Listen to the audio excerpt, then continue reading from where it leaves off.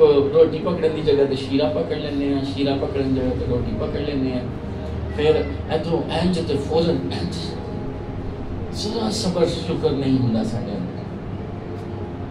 اس کو بڑے دھیان سے لینا بہت ضروری ہے۔ کئی انج لیندے لیندے ایپیسوڈ چھڑ گیا،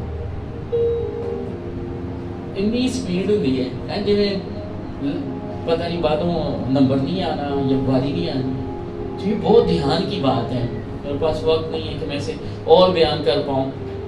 جب خداوند یسوع نے اپنے ہاتھ میں روٹی لی اور شکر کر کے توڑی اور یہ کہہ کر ان کو دی کہ یہ میرا بدن ہے جو تمہارے واسطے دیا جاتا ہے، تو یہ بات ظاہر کرتی ہے کہ اسے اپنی جان دینے اور لینے کا بھی اختیار تھا۔